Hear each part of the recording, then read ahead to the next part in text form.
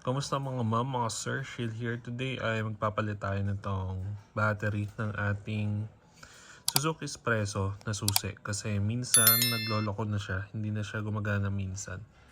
And hassle kapag nagmamadali tayo or umuulan. So based sa manual, kapag hindi na minsan gumagana yung transmitter, is palitan lang yung battery, which is gagawin natin today. Battery niya is 1616. Ayan, CR1616. Medyo maingay lang kasi nagpapagawa yung kapitbahay. Nabili ko siya sa Shopee, sa Blade Stores. 79 pero mas mababa ko siya nakuha. Gawa ng voucher. Tapos, gamit tayo ng screwdriver para sa pagtanggal dito. Nakalas ko na to before pero medyo matigas siya. Kaya may makikita na kayong markings mamaya. Buksan natin. So, gamit tayo nito.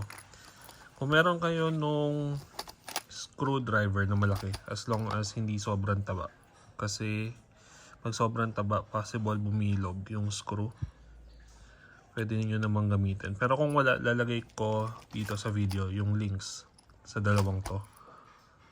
So, tanggalin lang natin to.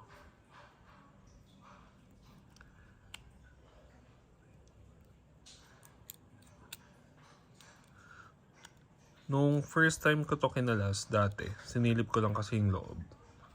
Sobrang tigas nito. So, trinay ko langisan lang ng konti ng silicone grease. Pinatakan ko lang. Tapos, saka ko in-screw. Tapos, tanggalin nyo lang tong cover. Ayan. Nakasabit lang yan. Tapos, ito yung transmitter niya. So, push nyo lang to.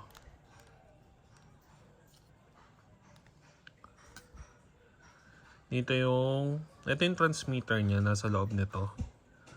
Ito wala na to, mga cover na lang. Ayan.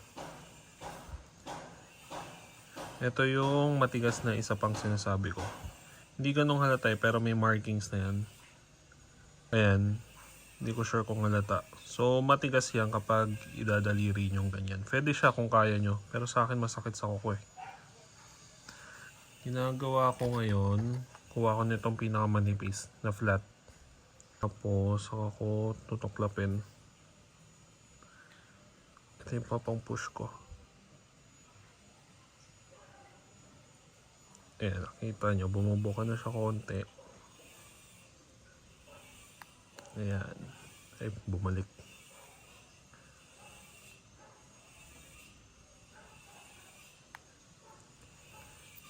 Ayan. Bago nyo tuluyang buksan, hawak kayo sa kahit anong metal. Ayan. Metal. Para sa static na nasa katawan nyo. Ay, putik, bumalik. Ayan. Finally.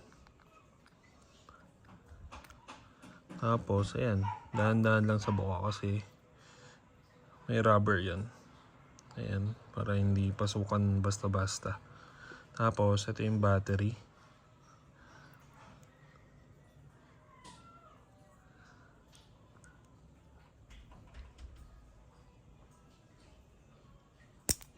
Ayan. Tapos, yung bago natin battery. Bibili kayong battery, make sure na sa kilalang store. Kasi maraming fake nito online. So, ito na yung bagong battery. Paglagay, ganun lang kung paano nyo siya tinanggal, kung ano yung itsura niya nung tinanggal. Yan, push nyo lang. Okay na. Tapos, balik na siya dito.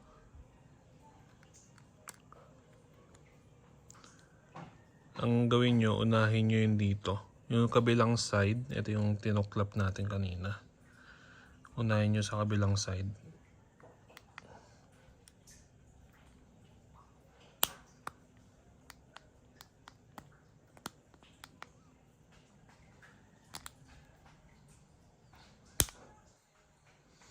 Yan. Tapos, pwede na natin siyang ibalik sa susi.